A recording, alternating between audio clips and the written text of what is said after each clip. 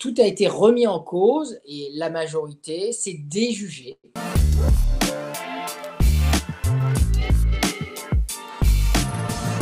Il a essayé de pousser son avantage, il a essayé de faire un coup, il a essayé d'apporter un trophée au syndicat de police et il a perdu.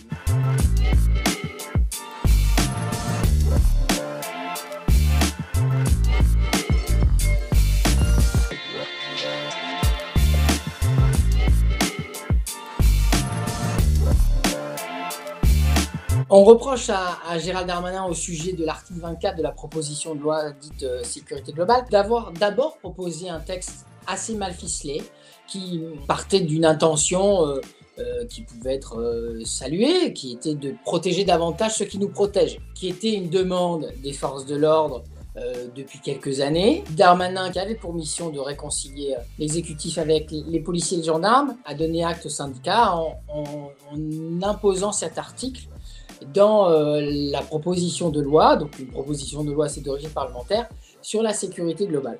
Donc dans un premier temps, cet article a été jugé mal ficelé, mal écrit, posant des questions sur la liberté d'expression, la liberté de la presse, la possibilité pour les médias de diffuser des images de policiers et gendarmes en cours d'intervention. Si vous voulez le diffuser sur Internet, de façon sauvage, pardon de le dire comme ça, vous devrez faire flouter les visages des policiers et des gendarmes. Il a essayé aussi, et c'est là où il a fait une petite erreur politique, de pousser son avantage en introduisant aussi la notion de floutage à la veille des débats. Et ça a suscité un certain trouble au sein de la majorité, qui a contraint une première fois Jean Castex à jouer le go-between entre une majorité qui était sensible sur cet article 24 et un Gérald Darmanin qui voulait aller jusqu'au bout, qui se sentait suffisamment puissant pour imposer les choses telles qu'il l'entendait. Et puis après, il y a eu un contexte. Et le contexte, ça a été l'évacuation mal conduite du camp de migrants qui était en cours d'installation place de la République. Est-ce que j'ai pu être choqué par ces images, monsieur le député Coquerel? La réponse est oui. Et puis, évidemment, la diffusion des images du tabassage de Michel Zecler par 3 policiers, qui a mis le feu aux poudres. Des actes inqualifiables ont été commis. Et qui a changé tout le climat, alors que le texte était voté, c'est ça le grand paradoxe.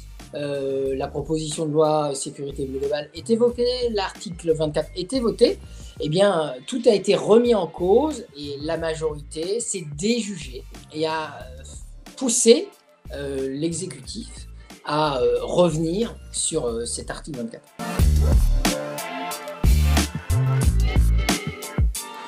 Il choisit un ancien LR, proche de Nicolas Sarkozy, qui depuis des mois répète dans les réunions de la majorité, dans les réunions à l'Élysée, dans les médias, que l'exécutif n'est pas suffisamment ferme, que sur le régalien, ce pouvoir peut être jugé faible et que ça l'a profité aux Républicains d'un côté, à Marine Le Pen de l'autre.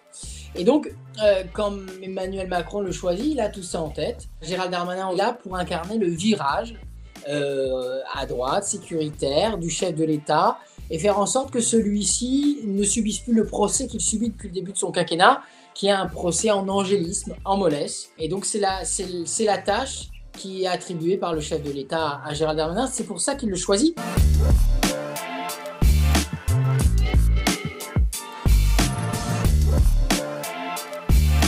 Il se battait bec et ongles pour l'article 24, il ne voulait pas que celui-ci soit supprimé, même si là on nous annonce une réécriture, on doute de sa survie. Il a essayé de pousser son avantage, il a essayé de faire un coup, il a essayé d'apporter un trophée au syndicat de police et il a perdu. Donc oui, ça va l'affaiblir. Est-ce que ça l'affaiblit sur le long terme?